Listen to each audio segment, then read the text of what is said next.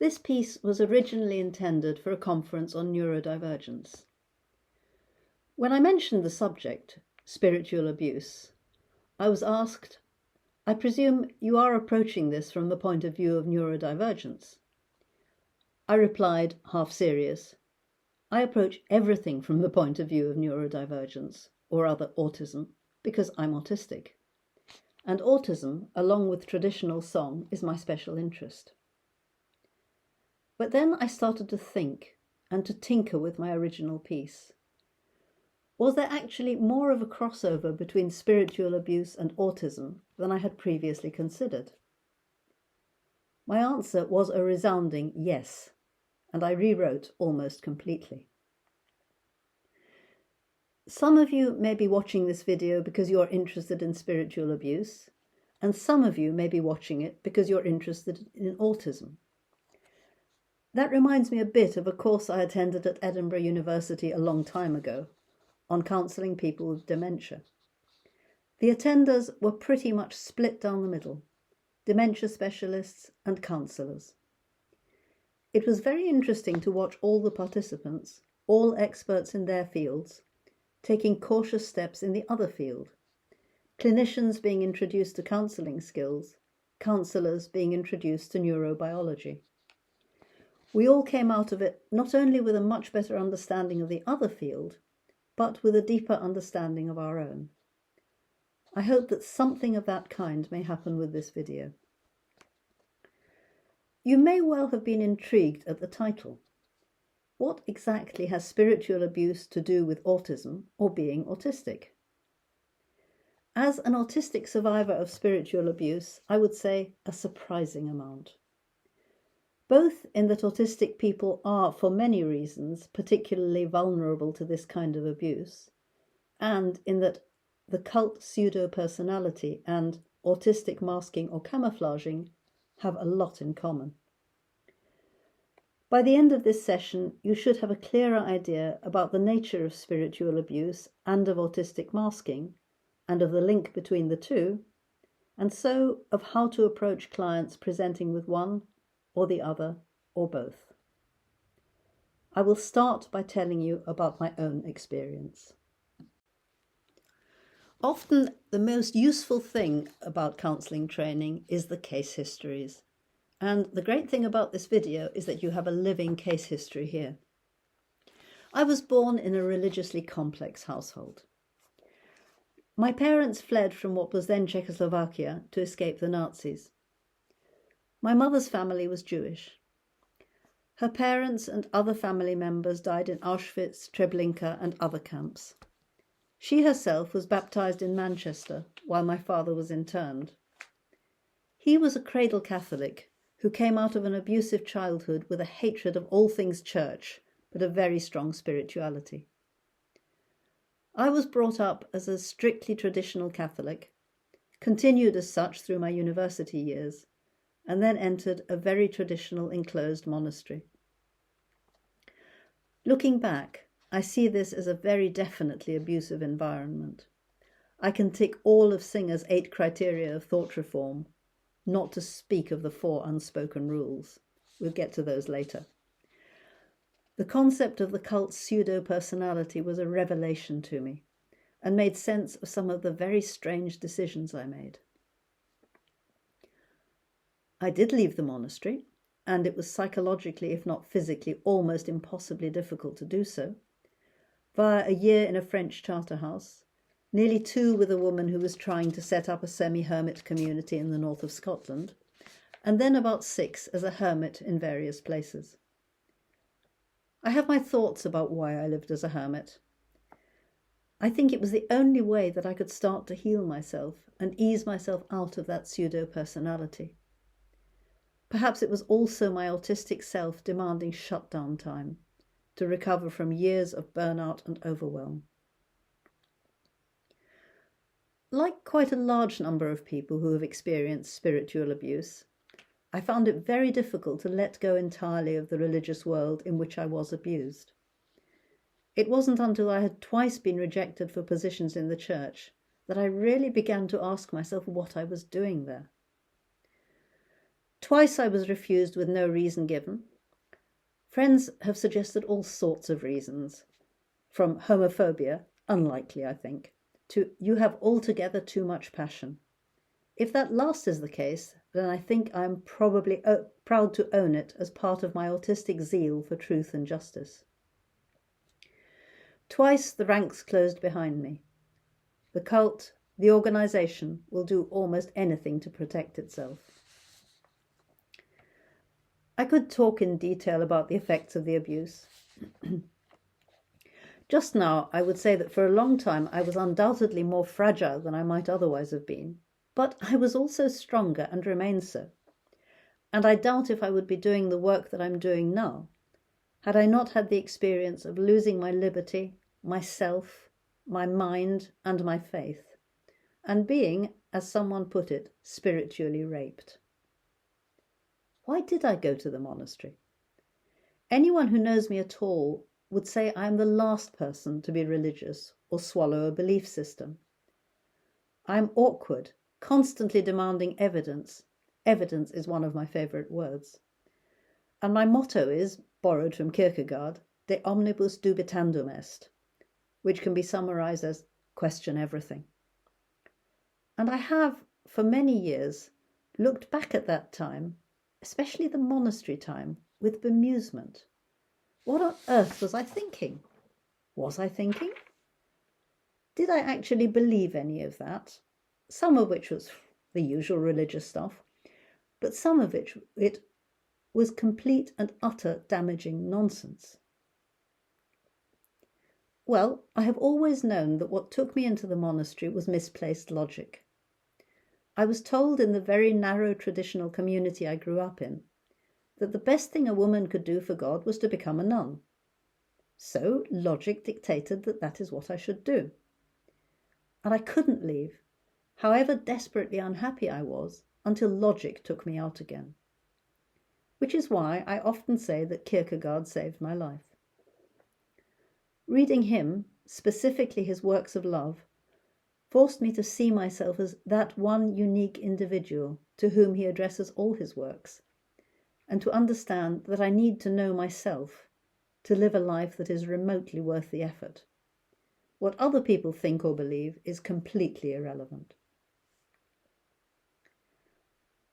Logic, however, couldn't immediately remove my need to believe in a God and to belong to a church, so I carried on trying to do that.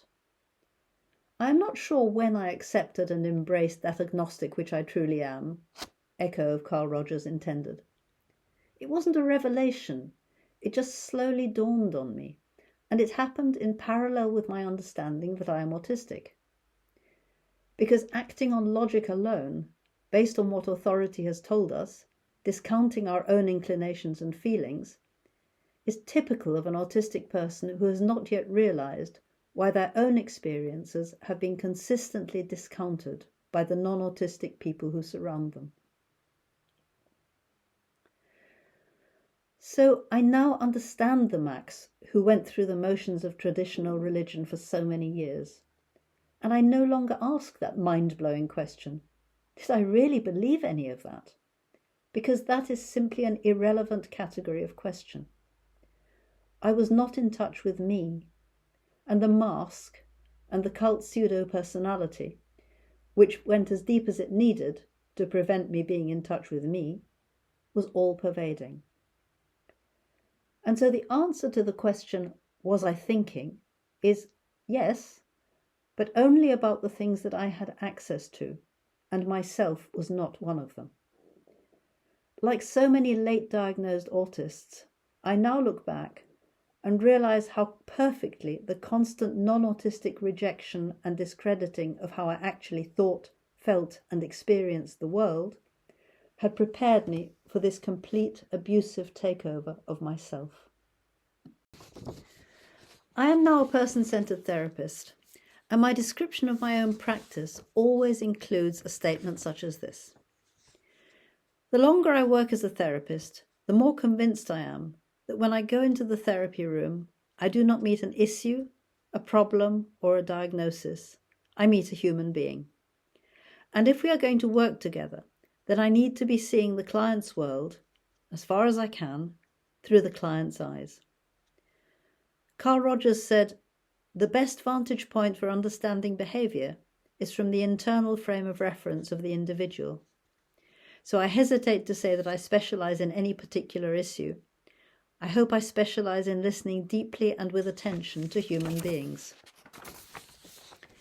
But even the most orthodox person-centred therapist will agree that sometimes a client group shares certain experiences and characteristics which are sufficiently outwith the majority experience to mystify or mislead a therapist, or even go completely unnoticed.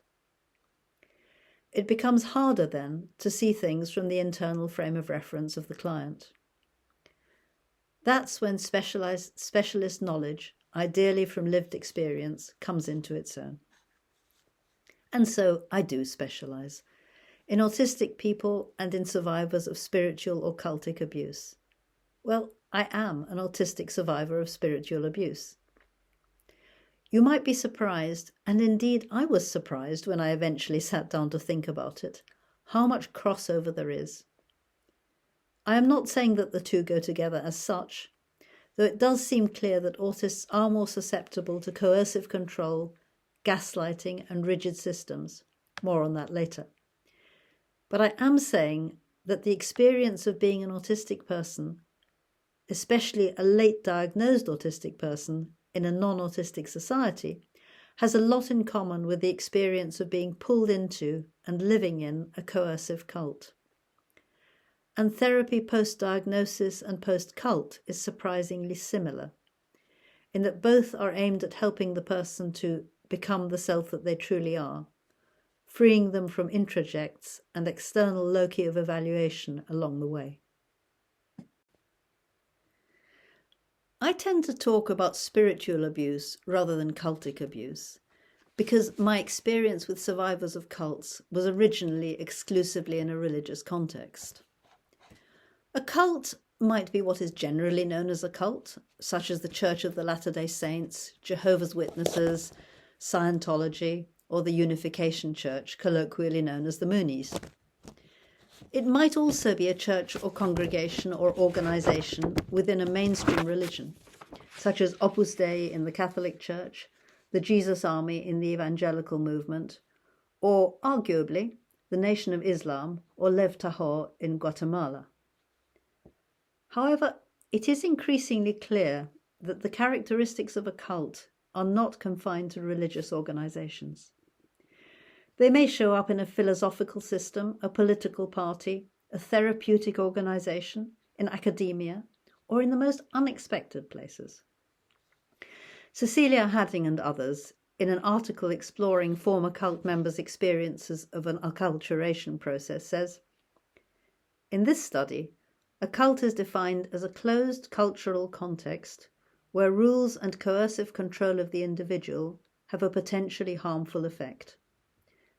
This definition has mainly to do with the conditions of totalitarian rule and isolation described above, rather than faith or ideology per se."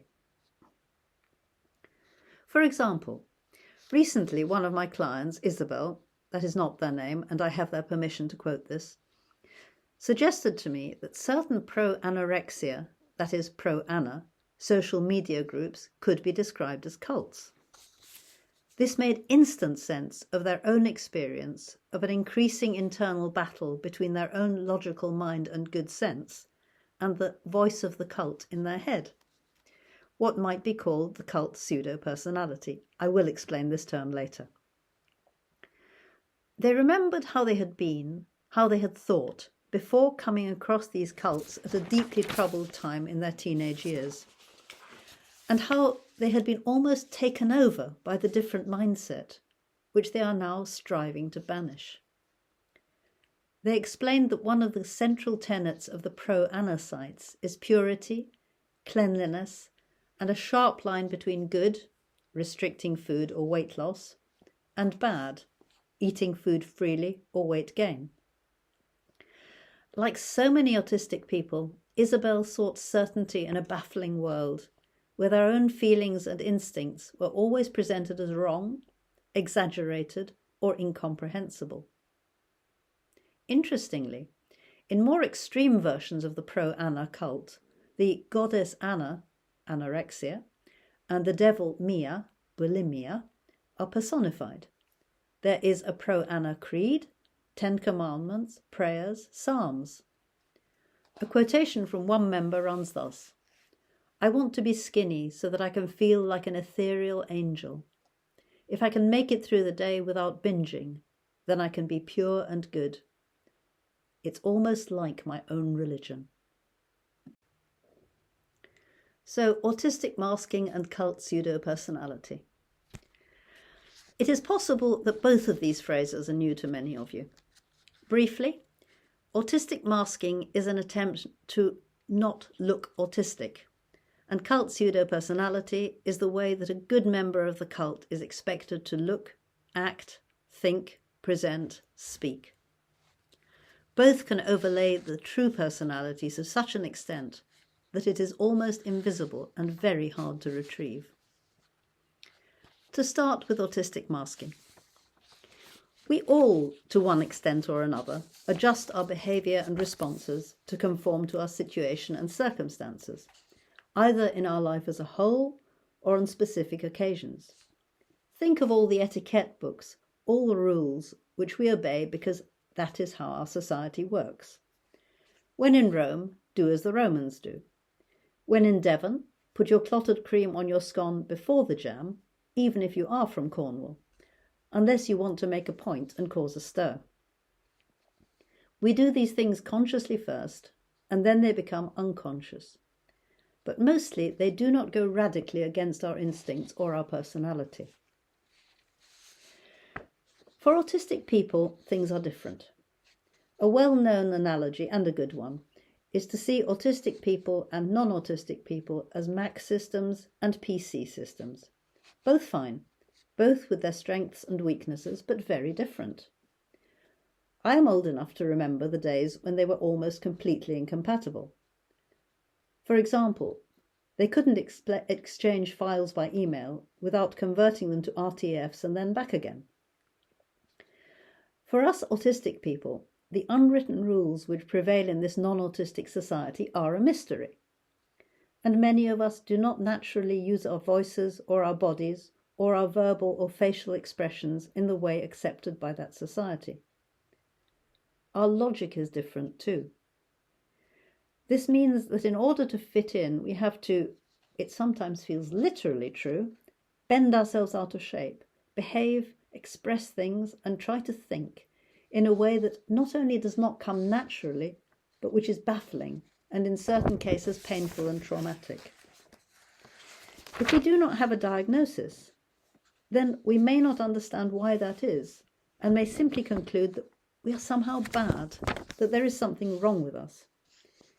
Even if we do have a diagnosis, and so can understand the issue, we still find ourselves hiding our autism, trying to appear as neurotypical as possible.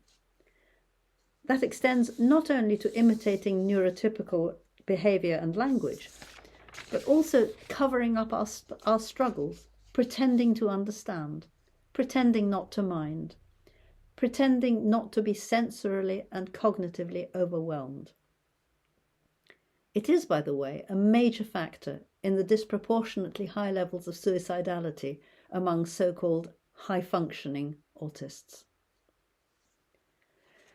Hannah Belcher, an autistic academic, puts it like this: to mask or to camouflage means to hide or disguise parts of oneself in order to better fit in with those around you. It is an unconscious strategy all humans develop whilst growing up in order to connect with those around us. However, for us autistic folk, the strategy is often much more ingrained and harmful to our well-being and health. Because our social norms are different to others around us, we often experience greater pressure to hide our true selves and to fit into that non-autistic culture. More often than not, we have to spend our entire lives hiding our traits and trying to fit in, even though the odds of appearing non-autistic are against us. Masking may involve suppressing certain behaviors we find soothing, but that others think are weird, such as stimming or intense interests.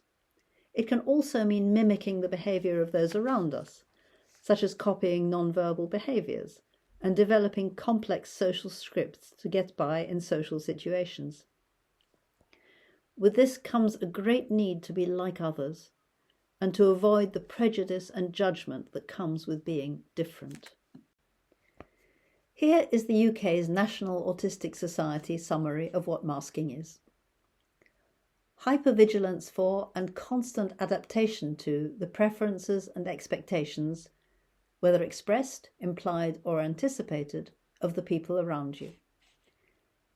Tightly controlling and adjusting how you express yourself, including your needs, preferences, opinions, interests, personality, mannerisms, and appearance, based on the real or anticipated reactions of others, both in the moment and over time. And here are the examples they give. The list is by no means exhaustive, but it covers the basics. Now, I know that you can all read, but some people are visual learners and others are oral learners. Using facial expressions, perhaps by mirroring others, that wouldn't come naturally to you. Forcing yourself to make eye contact or monitoring how much eye contact you are making. Changing speech or tone of voice, for example, by using less direct phrasing or being more or less animated. Suppressing, reducing, or hiding stimming, such as hand flapping or echolalia, or switching to less noticeable stims, such as playing with a pen. Reducing visible reactions to sensory sensitivities. For example, being very sensitive to touch, but not flinching or wincing when someone shakes your hand. Planning in advance what you want to say to someone, known as scripting, which you may or may not find difficult to adapt in the moment based on their responses. Asking more questions than you may be comfortable with or interested in. I would add also asking fewer. Not sharing interests due to a concern that they may be perceived as inappropriate or unusual, for example, due to the person's age. Mirroring dress sense and other elements of appearance. Interestingly, that list has a very considerable likeness to a list I might compile of the cult pseudo-personality.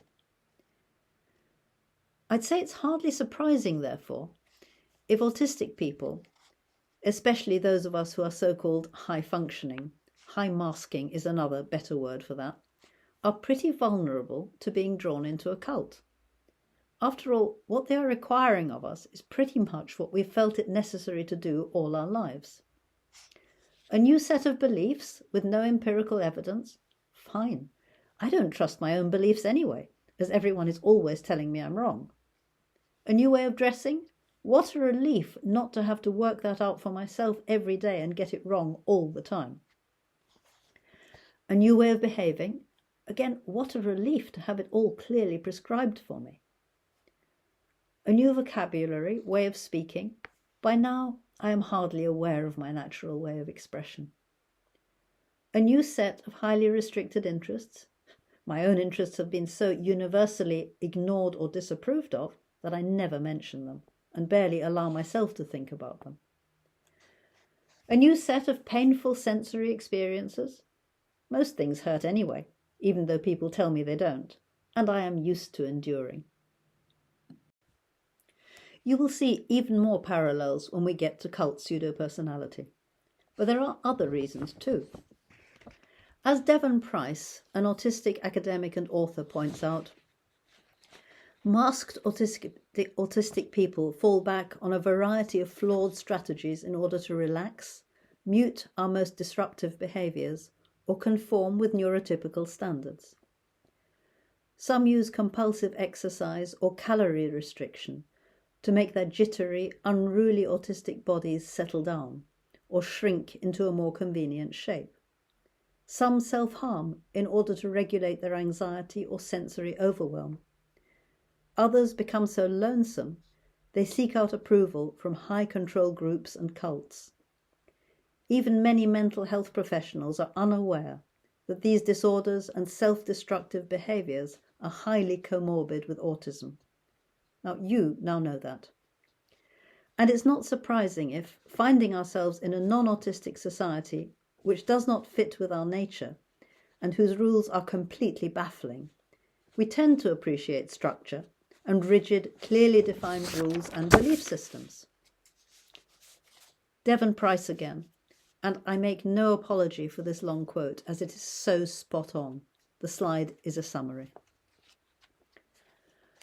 Masked autistics sometimes find structure and belonging in high-control groups, such as radicalized political organizations, religious communities with very restrictive beliefs, and cults. High-control groups famously prey on people who are lonely and desperately seek a sense of purpose. Their repetitive rituals, seemingly close-knit social bonds, and ironclad rules about who is good and who is bad appeal to isolated people who yearn for connection and structure. Recent research describes autistic adults as having an elevated vulnerability to financial exploitation, domestic violence, relational abuse, and emotional manipulation.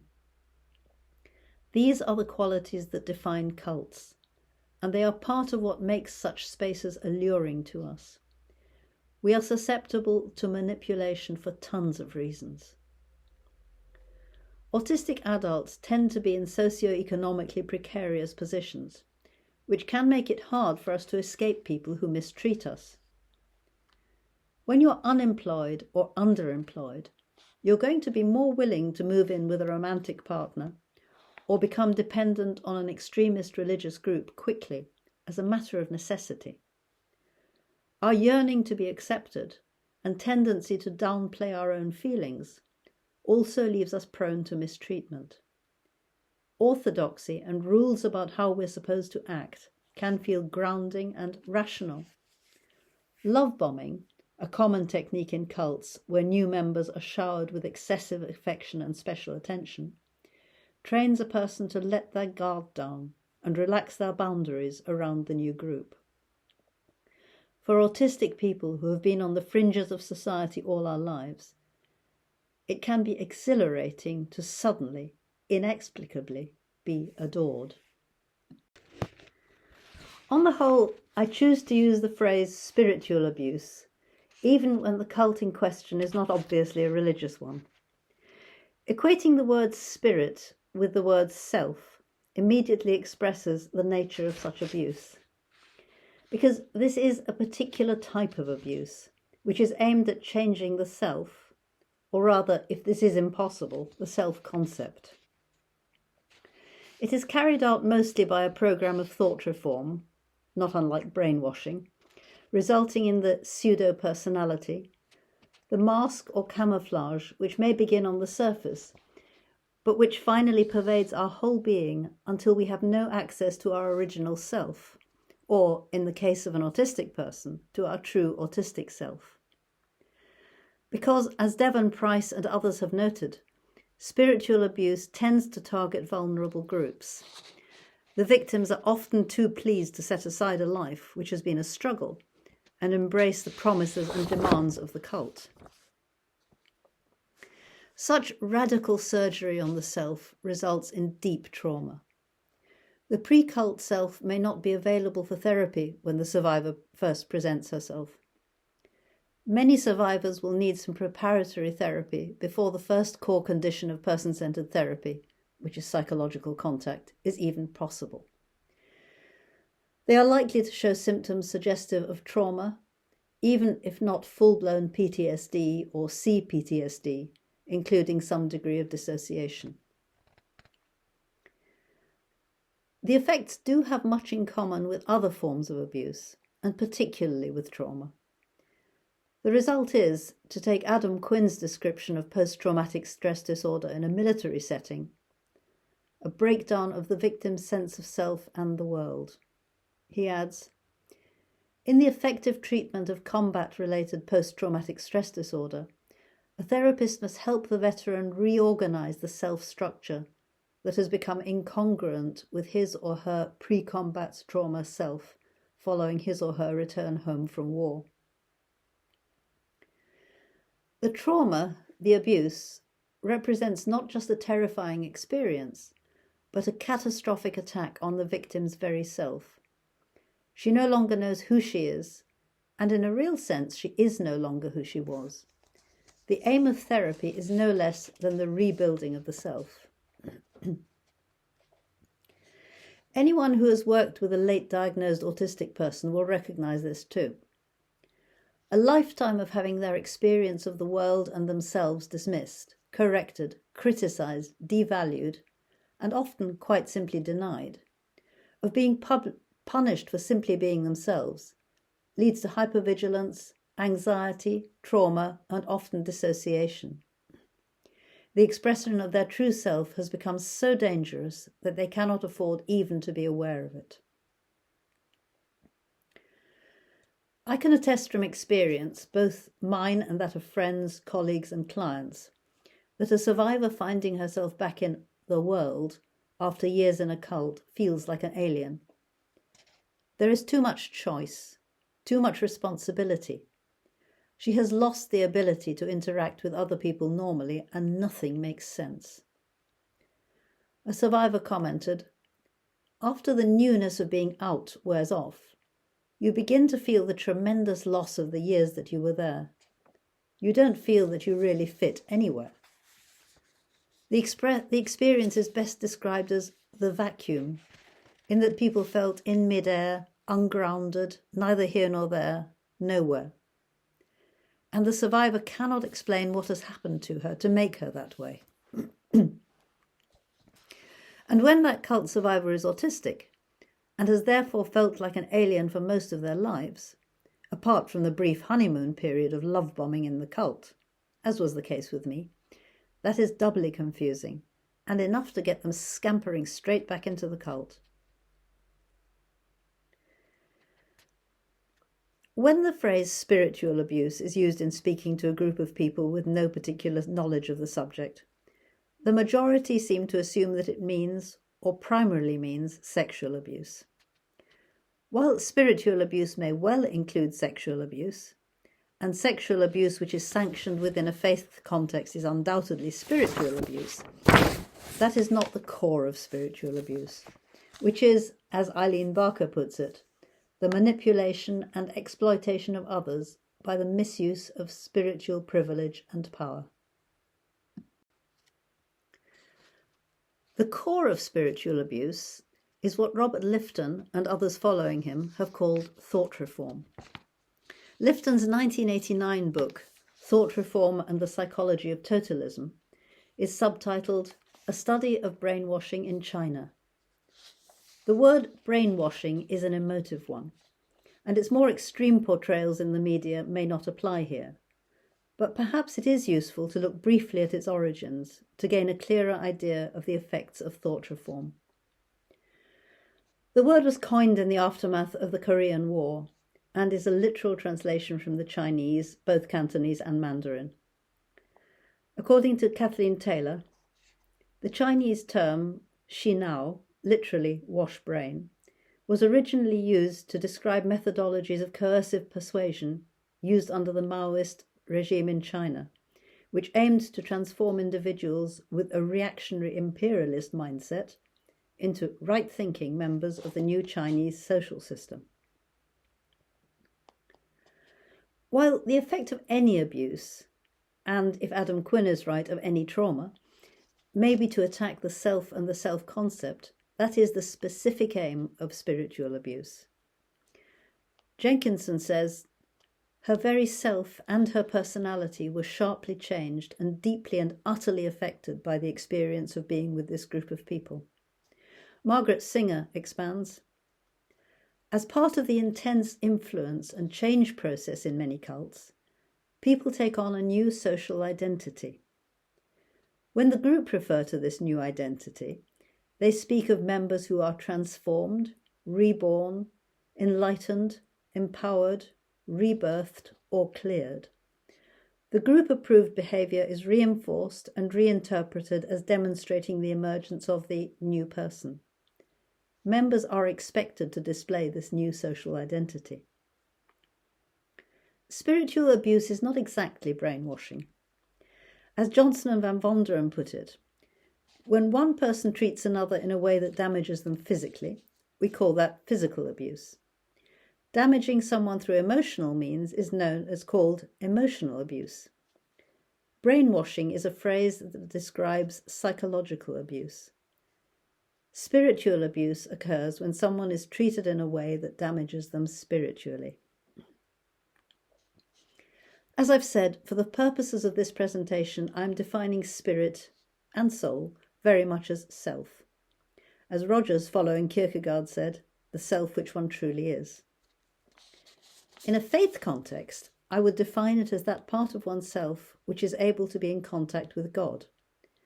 That does need said here, because one of the more insidious elements of spiritual abuse in a faith context is that not only does a survivor emerge with a lost or confused sense of self, she emerges with the firm belief that she is damned, lost, worthless in this world and the next. It is the ultimate external locus of evaluation and terribly hard to escape. For a believer, it is particularly shocking because it makes God an accomplice in the abuse. For convenience, I follow Julie Jenkinson using the word cult for the environment in which such manipulation and exploitation takes place. She comments, the term cult is controversial and raises more questions than it does answers, but a suitable alternative has yet to be found. So, what is a cult?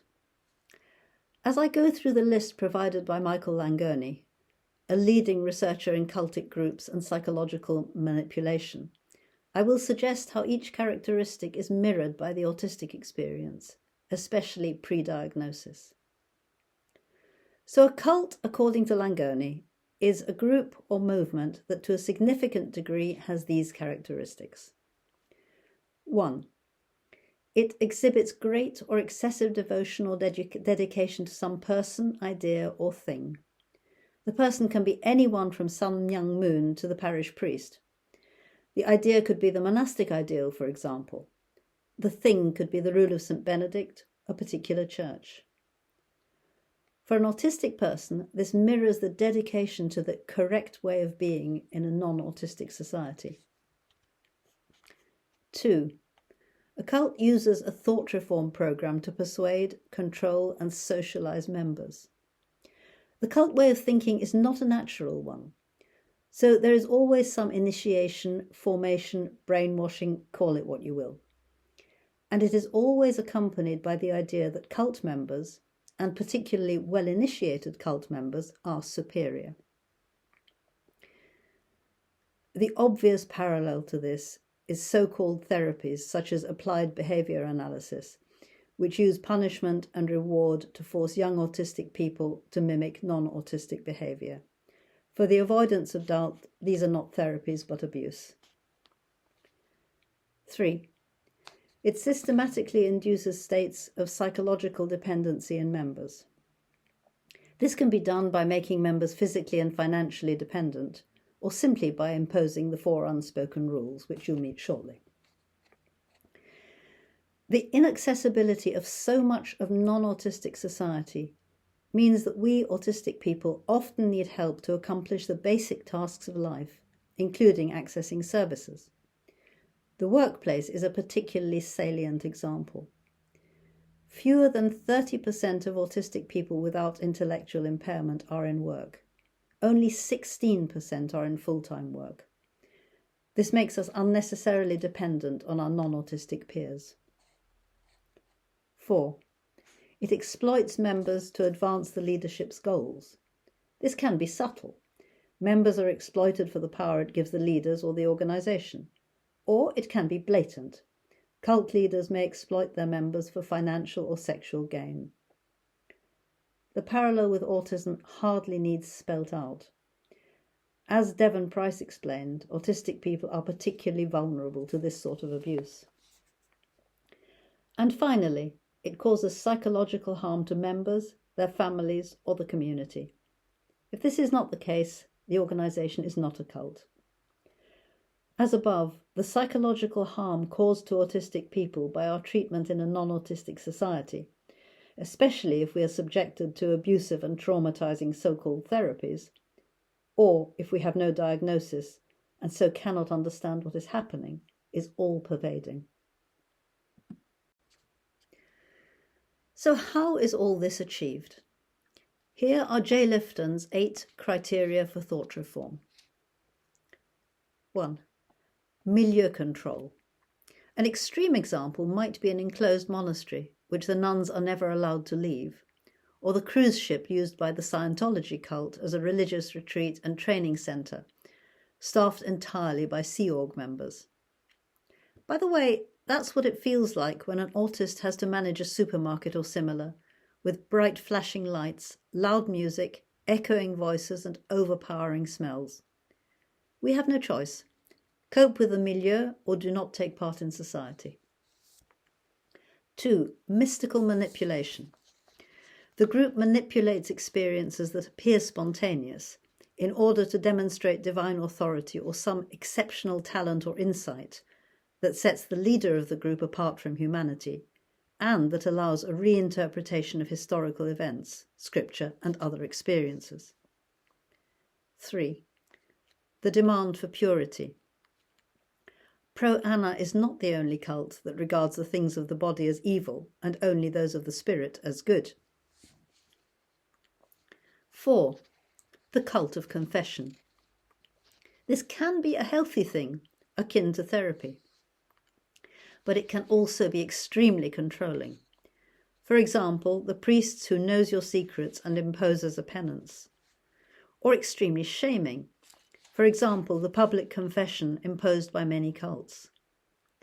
Some even require members to accuse others of the misdemeanors or sins they have seen them commit. And this happens all the time to autistic people in society. Only last week, an autistic acquaintance of mine described how her colleagues at work had en masse complained about her to her line manager because they did not like the tone of her emails. Could they not have spoken to her in private? 5. The sacred science. In other words, only we know the truth. Everyone out with our group is deluded. This makes it very unlikely that a member will listen to an outsider trying to make them see sense. And we autists are perpetual outsiders. Loading the language. This is incredibly powerful and significant, and it is twofold. First, common words are given different meanings. A very good example is freedom, which normally means autonomy. In a cult, the phrase true freedom may be used of total obedience and total dedication to the cult, almost the opposite of the normal meaning of the word. Secondly, there may be words that are of particular importance to that cult, maybe Jehovah, or in the case of Scientology, clearing. Either type of word will be a trigger, properly so called, for a survivor exiting the cult. This makes me think of the common autistic experience when we say one thing and the other person seems to hear something completely different, or vice versa. Doctrine over person. The person is of no importance. The cult and its teachings is paramount. What a contrast to the love bombing with which a new recruit is greeted, and anything apparently contrary to the new doctrine is explained away. Have you ever tried to ask for reasonable adjustments at work? The fact that I need a silent clock or I cannot concentrate takes second place to these clocks have been provided and that is what you will use. Dispensing of existence. The cult has the power to state who will be saved and who damned. Autistic experience in the workplace is a good parallel. We can do excellent work, and yet somehow who we are is unacceptable, sometimes in jobs and sometimes already at interview. Thought reform is reinforced by the 4 unspoken rules formulated by Eileen Barker. Don't trust. Don't trust anyone but the leadership, whether this is Sun Myung Moon or the hierarchy of a church. Especially don't trust kind people from out with the organisation, and most especially don't trust yourself. Again, the parallel with autism hardly needs spelled out. Don't think. Don't think about alternative interpretations, about your feelings, about what others say. Best not think at all.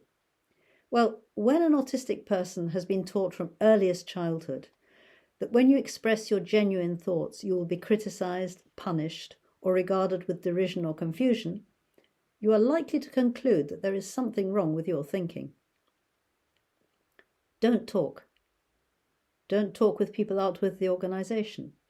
Many cults demand that their members cut off all ties with family and friends, for fear that they may lead you astray.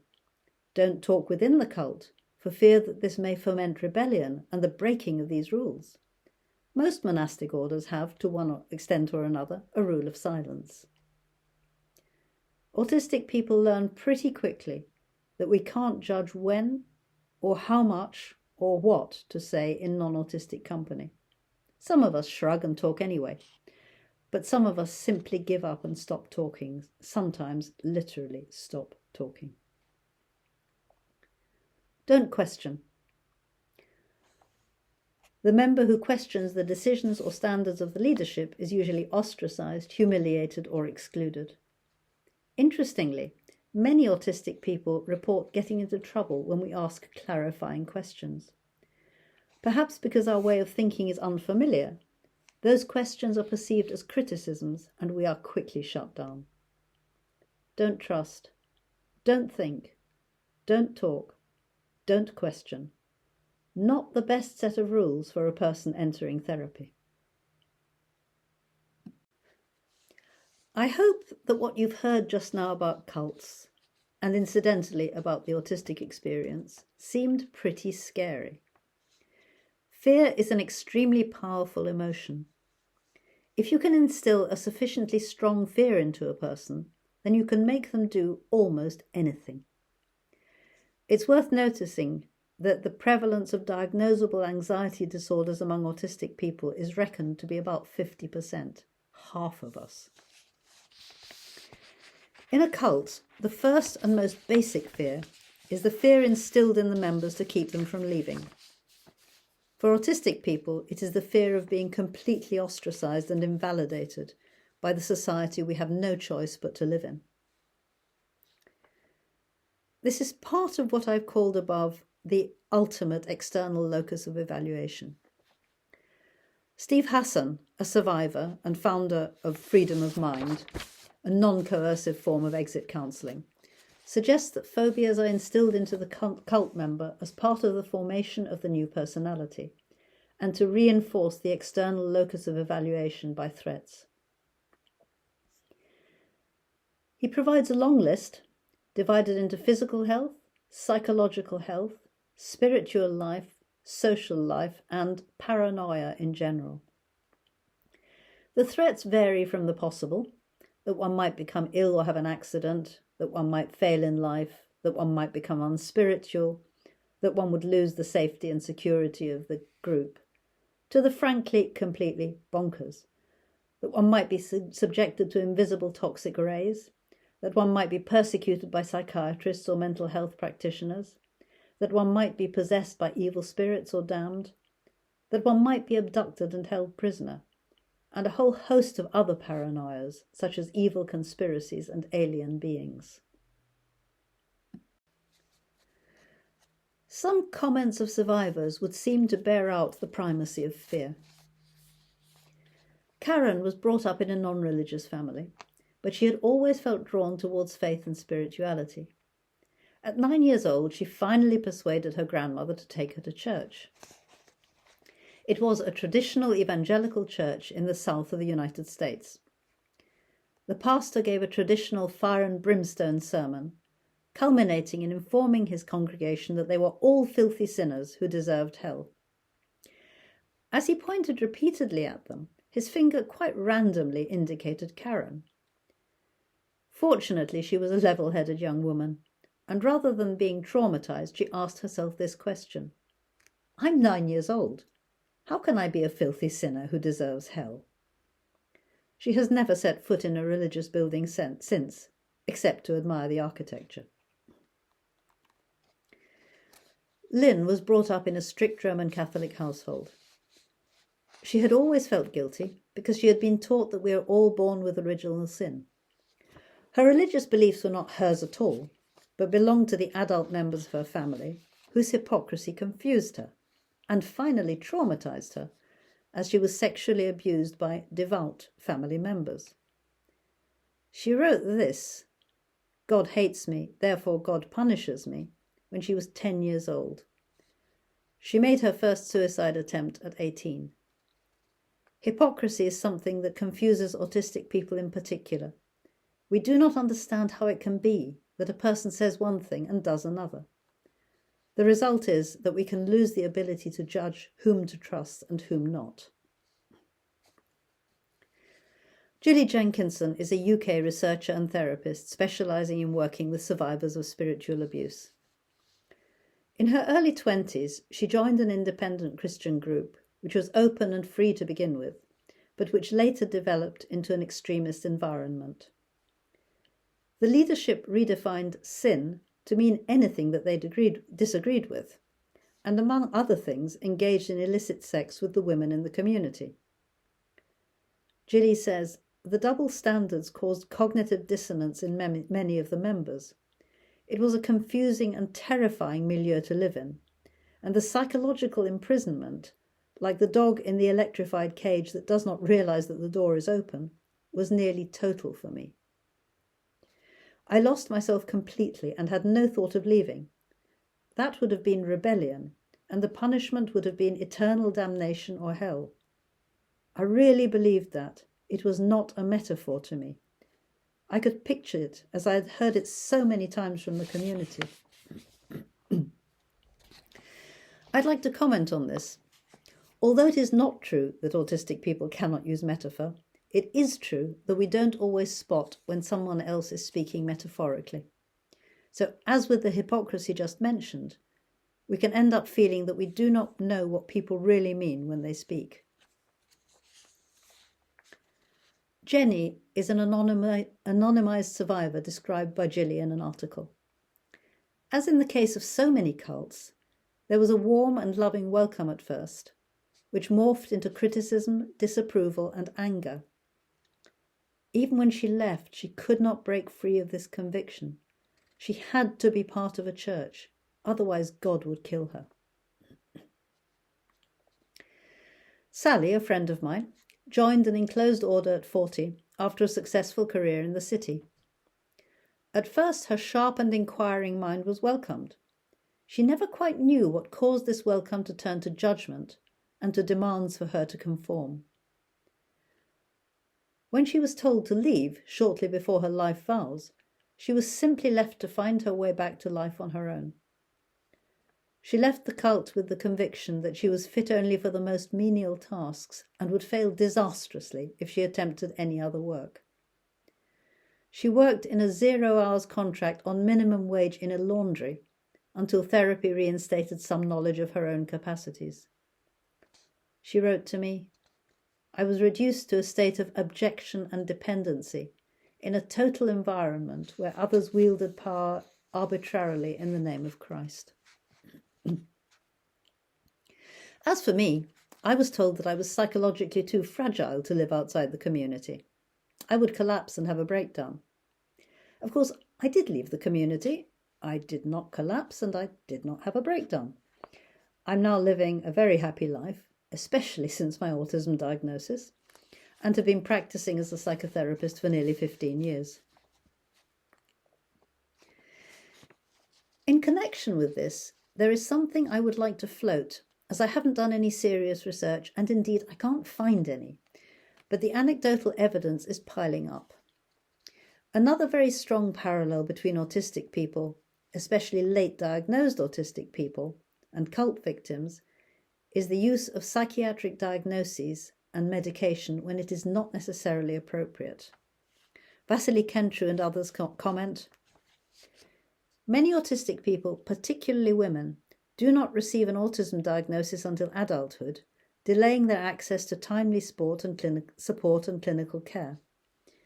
One possible explanation is that autistic traits may initially be misinterpreted as symptoms of some other psychiatric conditions, leading some individuals to experience misdiagnosis of other psychiatric conditions prior to their autism diagnosis.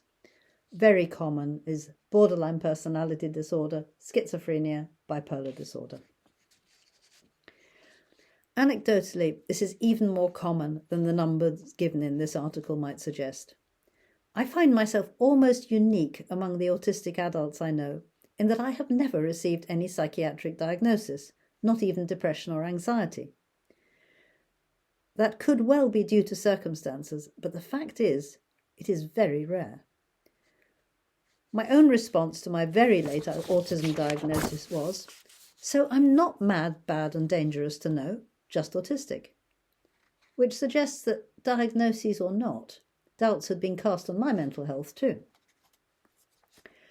It is widely recognised that leaving a cult has a potentially disastrous effect on a person's mental health. They are at risk of re-experiencing cult-related traumatic events and of new traumatic experiences within the post-cult acculturation process, and of persistent psychological distress, including signs of emotional, cognitive, social and other problems, as well as dissociation and suicidal ideation. And there's plenty of research on that. But that's not what I'm talking about.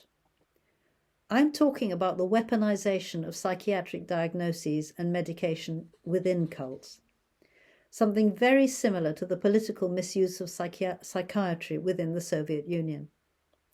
I have tried very hard to find some academic research on the subject, but whatever search terms I use, I always get some version of, are cult members insane? Or, what mental health issues are survivors of cults likely to have? So, for the moment, all I can say is that the anecdotal evidence is strong. Maybe watch this space for further research and information. There are many ways of instilling phobias. One of the most powerful, which I mentioned earlier, is by cult jargon, loaded language, thought-terminating cliches and word magic. Stephen Hassan, who is an ex-member as well as a therapist, stresses the importance for a therapist of understanding the power of this. For example, he says, cult jargon will often elicit the cult identity. As I say, these words are triggers properly so called, just as certainly as a car backfiring is a trigger for an ex-soldier. An outsider can hardly learn all the jargon of all the cults, nor is it desirable. But learning the technique of loaded language should suffice to alert them to the possible effect of words and phrases. Similarly, an understanding of the use of fear within a cult could help to explain why a survivor appears to be so terrified of a thought which, to the therapist, seems quite innocuous, and why it is so hard for the cult member to leave the cult. Word magic is the illusion that a thing exists or is true simply because we have a word for it or can express it. At its most basic, you might say that we may believe there is a God simply because we have the word.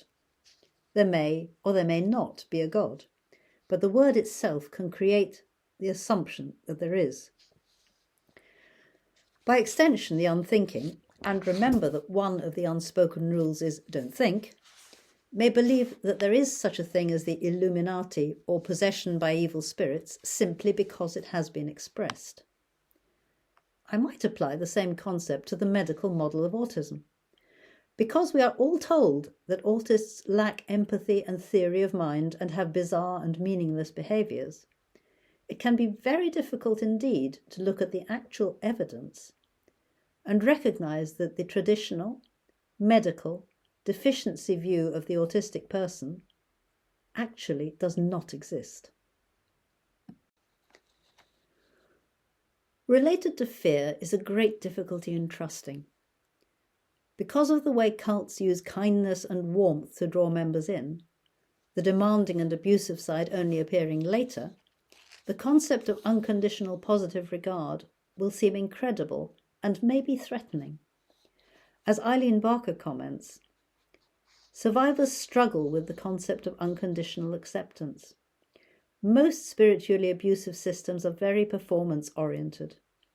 God's pleasure depends on submission to the Church's edicts and the total acceptance of the leadership's authority. Grace and unconditional acceptance are things that were spoken about, but never experienced. Another very important thing to realize when counseling a survivor of spiritual abuse is that if, as Carl Rogers believed, we are helping the person to become that self which he truly is, then we are touching on the very target of the abuse, that self which he truly is. The self of the spiritual abuse survivor is as vulnerable and fragile and needs as much protection as the rape victim's body. I am not overstating this. One survivor has commented, "It is like being spiritually raped." It is hardly surprising if an ex-member shrinks back when it seems a therapist is going to touch that spirit, that self. You may find something very similar when, for the first time, an autistic client drops the mask in your session and allows you to see them as they really are. They may panic, apologize feverishly, weep inconsolably. If you don't know what they've reacted to, you may be mystified, thus reinforcing their belief that nobody will ever understand. It can be incredibly powerful in that moment to hear someone say, "I understand why you're frightened." When an ex-member emerges from a cult, that fear will still be there. They have done that thing which they have been told will destroy them. For an autistic person who thinks literally, it may be particularly hard to shift. There is also likely to be anger, often, at least at first, turned towards the survivor herself rather than towards the cult. It is simply too frightening to allow herself to feel anger towards a cult which had represented itself as keeping her safe. A therapist needs to understand why the survivor cannot see that she was abused and why she feels the need to blame herself. A proper understanding of the use of fear within cults can be revelatory.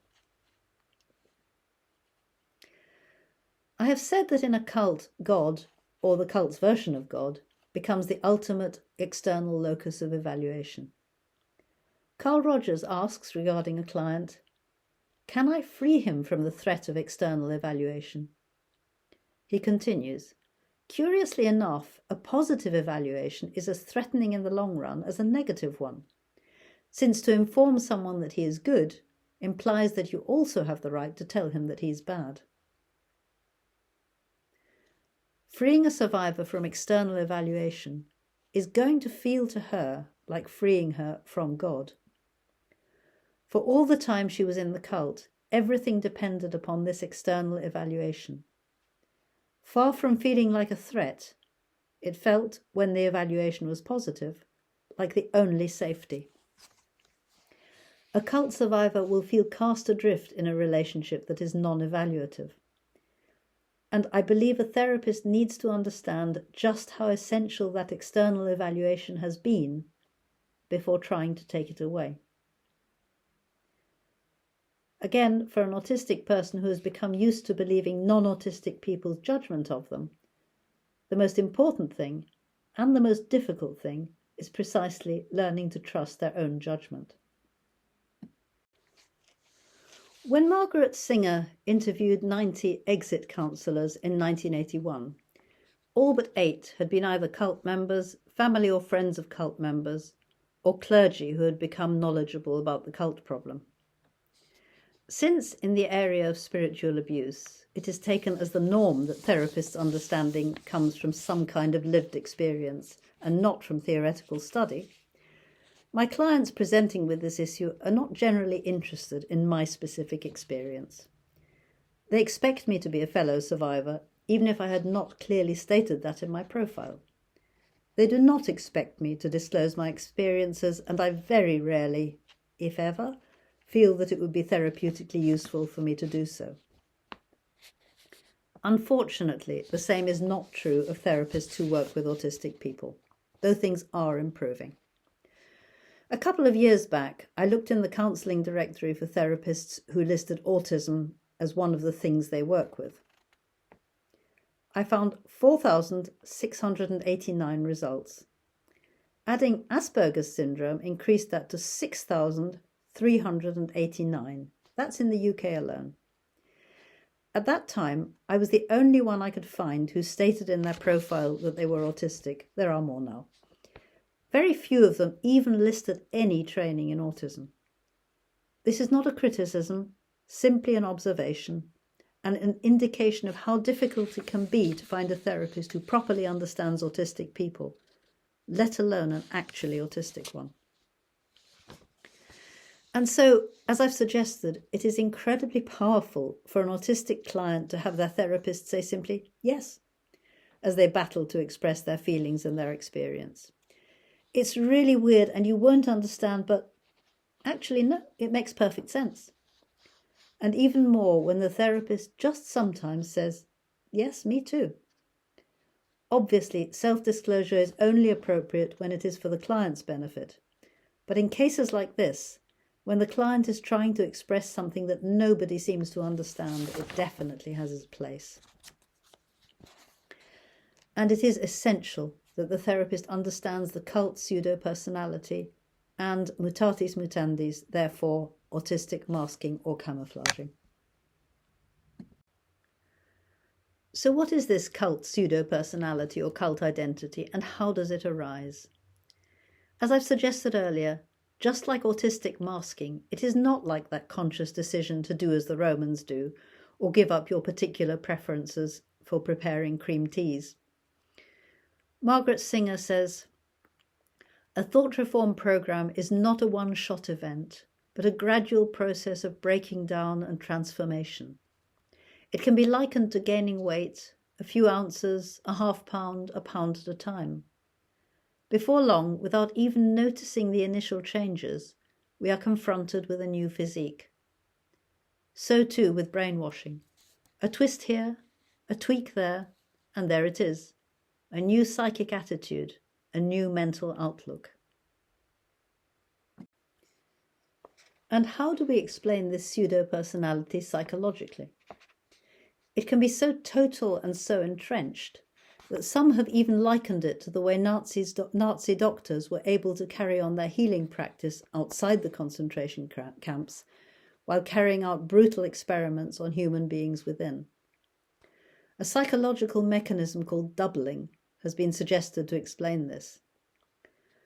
The doctor, says Lifton, needed his Auschwitz self to function psychologically in an environment so antithetical to his previous ethical standards, and he needed his prior self in order to continue to see himself as a humane physician, husband, and father. But this is not a good parallel, although cult members can do some terrible things under the influence of the cult. The two personalities are not present simultaneously in the cult victim, as they were in the doctor. Some have suggested that it is like a false self, with the real self hidden behind it. But the striking thing about this personality is that the real self appears to have disappeared. Nor is it merely adaptation, which suggests awareness and free will. Others have suggested that the condition of the cult victim is more like dissociation, where a person exhibits multiple personalities or modes of being. There are, however, important differences. Jenkinson says, in pseudo-identity, the new personality primarily reflects the new situational forces and requirements. In DID, the original identity is usually unconscious of the existence of the alters as they emerge and submerge. In pseudo-identity, the original persona remains, but is overlaid or enveloped by the new identity. In addition, the aim of the therapy differs. Therapy for DID is aimed at the reconciliation and integration of the multiple personalities, while therapy for a cult survivor is aimed at the restoration of the pre-cult personality. I think Jenkinson is much closer when she describes it as an introject. An introject is material, a way of acting, feeling, evaluating, which you have taken into your system of behaviour, but which you have not assimilated in such fashion as to make it a genuine part of your organism, yourself. Fritz Perls, the founder of Gestalt therapy, compares an introject to unwholesome food. Physical food properly digested and assimilated becomes part of the organism. But food which rests heavy on the stomach is an introject. You are aware of it and want to throw it up. If you do so, you get it out of the system. Suppose instead you suppress your discomfort, nausea, and tendency to spew it forth. Then you keep it down, and either succeed finally in painfully digesting it, or else it poisons you. And just as bad food can leave a body debilitated, so the pseudo-personality can leave its effects even after it has disappeared. Methods of working therapeutically with ex-cult members have much in common, and mostly involve addressing in turn each area that has been affected by the thought reform process. Margaret Singer says, "The array of necessary adjustments post-cult can be summed up as coming out of the pseudo-personality. I present them in a sequence, a kind of peeling off of the outer layer of identity that was taken on while in the cult. Something very like that has to be done with an autistic person who is either recently diagnosed or else has been brought up with the deficiency model of autism, in which their whole personality has been defined as a collection of traits, symptoms, deficiencies, and bad behaviours."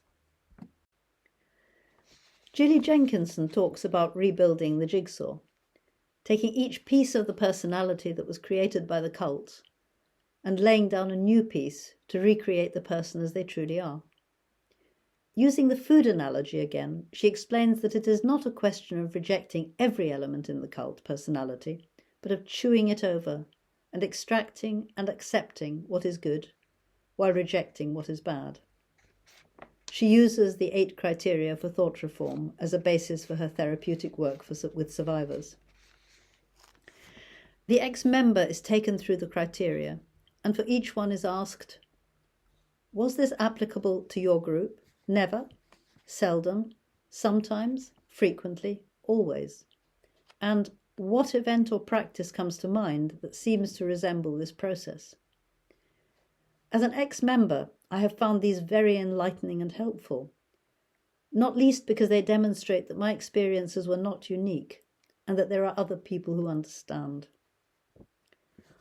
Ronald Enroth quotes a survivor thus, "The most frightening thing to me right now is the thought that I won't recover, that the actions of that church will affect me for the rest of my life. I don't know where to start or who to talk to. I have spoken with friends and ministers, but it seems that no one can help me.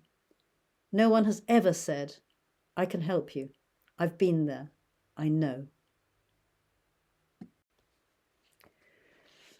When I say that an understanding of the client's experience, preferably by one's own lived experience, is essential for these groups of clients, I am not saying that orthodox person-centered therapy is not effective for cult ex-members, survivors of spiritual abuse, and autistic clients.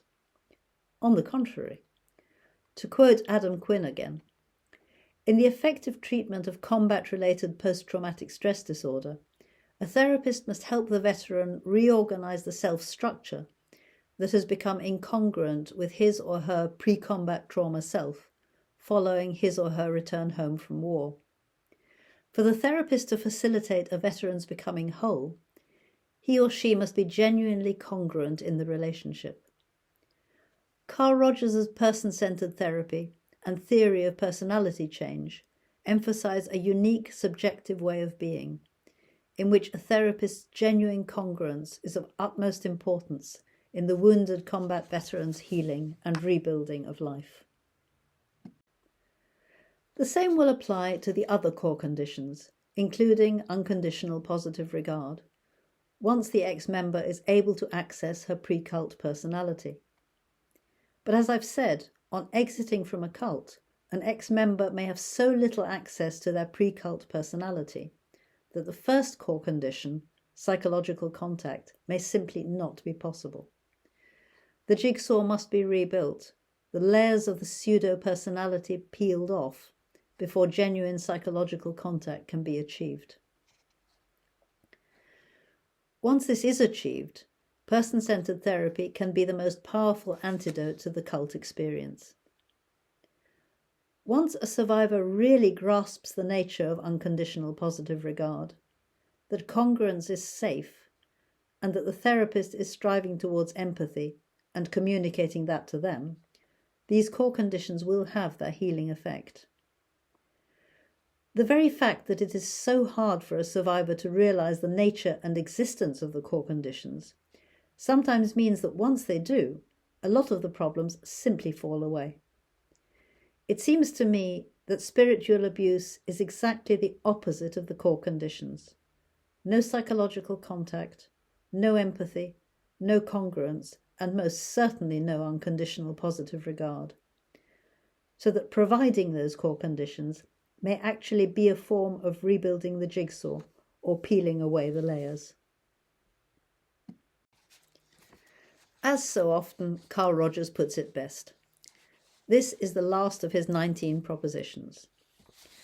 As the individual perceives and accepts into his self-structure more of his organic experiences, he finds that he is replacing his present value system, based extensively on introjections which have been distortedly symbolized, with a continuing organismic valuing process. And that is true whether those introjects are imposed by an abusive cult or by a lifetime of trying to live in a society which denies one's whole perception of oneself, the world, and everything. When I can reshape my view of the world and myself, and include previously denied experiences, I can begin to reshape my values. I can let go of introjected values and become a fully functioning, actualized person, trusting in myself and my own experience. And so, become the self that I truly am.